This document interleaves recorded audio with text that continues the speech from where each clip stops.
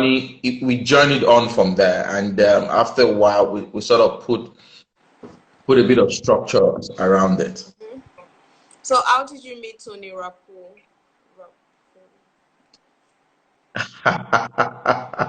Interesting. You're bringing my boss into this conversation. Anyways, like I said, I volunteered in faith-based organizations, and Yeah. his faith-based organization happened to be one of those I volunteered with over time, and yeah, that's how we met. Oh, lovely. What's your role in church? What would you say your role is? I mean, we know you're a pastor. Ah, now you bust my bubbles, Pastor, because there's this thing about, the thing around pastors, yeah. But then again, I like to see myself really as someone that brings value to people. Yeah. My role is um, um, irrespective of where I meet you, how I meet you, we get into a conversation. I should be able to bring some level of value, leave you better than I met you. Right. So we take the responsibility personal that in the course of our conversation and our interfacing that I leave you better than I met you. So Yeah. that's just yeah, yeah. Lovely. So how did you know you were going to become, a man of God? Because we already know how you became a life coach. How did you know you were going to become a pastor? Okay, so the facade around pastors, for me, it's a bit, the narrative is a bit different, right? Okay. Around clergymen, the narrative is a bit different because I still am full time. I do my businesses, I still do my work, day-to-day work, and so the picture is not like I wake up in the morning and I head to church. Yeah. I lead and live a regular life. But like I said, in the course of interfacing with people and over time, just making a difference in their life, we found out that, oh, there might be a purpose in this. Yeah. There might be a purpose in this, right? So this thing we're doing, we needed them to be deliberate about it. And I'm just speaking to everyone who's probably listening. I think that's also a way of finding out your own path in life. I give you an instance. My 8-year-old daughter. Now we're driving to school, and then she sees an open drain or someone. In fact, one day she was asking me, "Daddy, chase that car." I said, "Why? Chase that car. Someone just dropped something off that car. He has to pick it up from the road. He has to pick it up."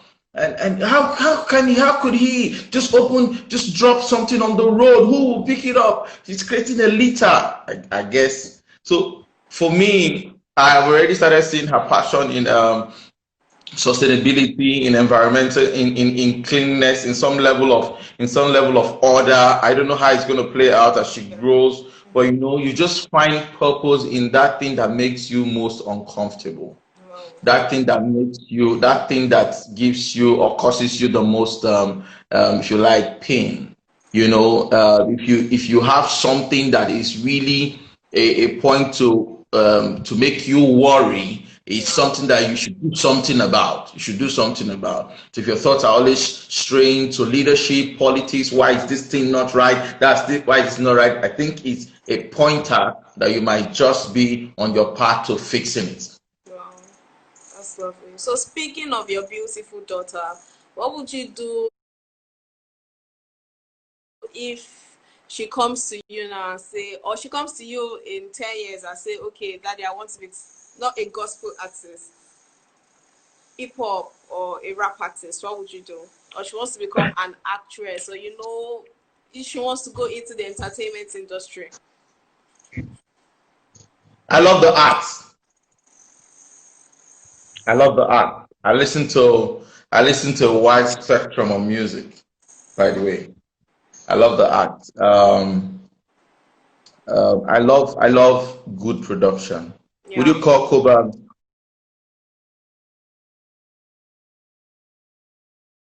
Asuko, Cobams, a gospel artist?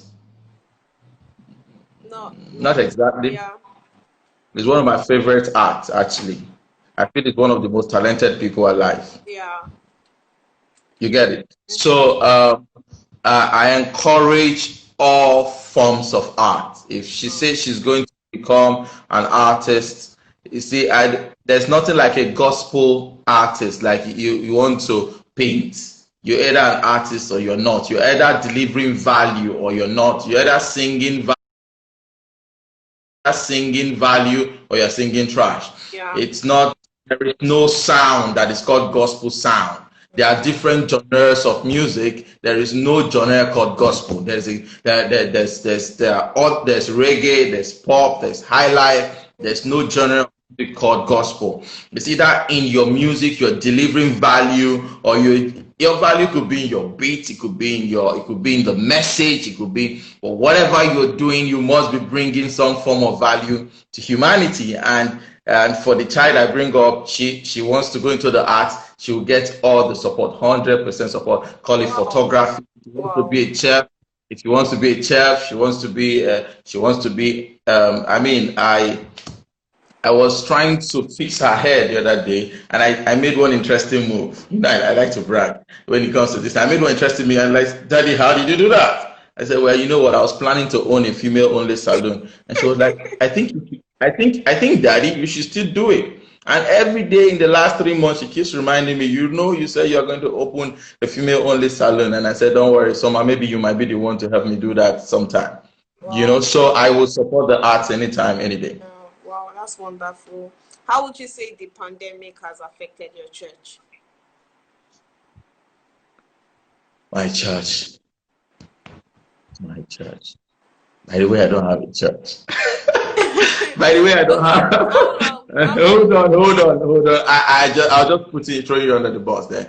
How I like to rephrase your question. How would you say the pandemic has affected religion and Christianity and the body of Christ? Yeah, I like to take it from that perspective.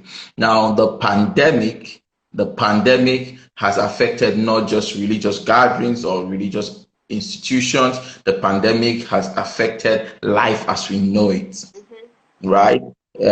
Everyone has seen that there is a need to pivot, right? And we are coming in from a full physical environment where we needed to do everything by physical interfacing, to a hybrid of some level of physical interfacing and then virtual. So it speaks to embracing technology. It speaks to embracing all that the COVID-19 has come with the new realities. The WHO has told us recently that the new realities of the COVID-19 is not something that is a short-term thing. It's something that has come to stay with us. So yeah, we are actually, as a people, then responding to the demands of the COVID-19 situation. We're pivoting strong into technology. We're looking at other ways to now reach out to people. The church has,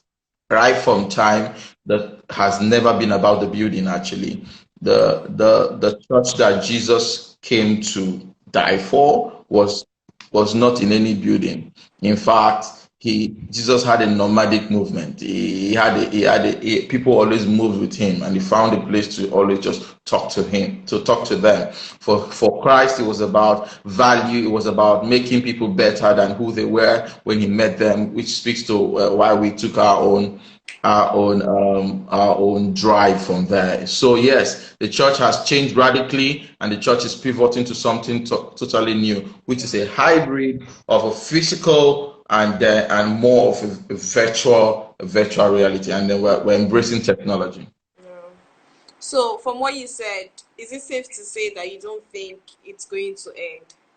Is it safe to say that coronavirus isn't going to, I mean, it's just going to keep, not maybe not increasing numbers, but I mean, there's still going to be one case or another case in one part of the world? Well, someone said to me recently. First, I just want to make a disclaimer. I'm a bloody engineer here. Yes, I'm not a medical expert. I'm not a medical. Yeah. I'm not a medical expert, but I mean, from the recent happenings and from what we see out there and from the reports and the projections of the health organizations, Yeah. this is not a sprint. What we are experiencing is not a short-term thing. It's something we might learn to live around. So my counsel today to everyone listening is that you don't have to put your life on a pause, Yeah. waiting for when Corona will be over. You might need to pick up your life from where you put the pause button and unpause it and begin to find creative ways to go back to delivering value as a person or as an organization Yeah. because we're in for the long haul. Wow. So, as a life coach, if you have the position of power, what would you do to help Nigerian youths that are unemployed, people that don't have money? If you had the power, what would you do as a life coach? But what we're doing tonight is one of it. What we're doing tonight is one of it. Just having conversations around how Yeah. to look at the bright side, how to look at the bright side of it. And I just want to use this opportunity to commend what you are doing. I love what Amebo Estra is doing with Jollof Thank Boy. you. Is doing it amazing work. Just bringing on people who Yeah. have moved on with their life irrespective of the pandemic, irrespective of the hard time that humanity is facing. Yeah. Whilst you are entertaining them, you are also bringing value to them, bringing people to motivate, to challenge, to inspire everyone that hooks up on this to know that, I mean, that life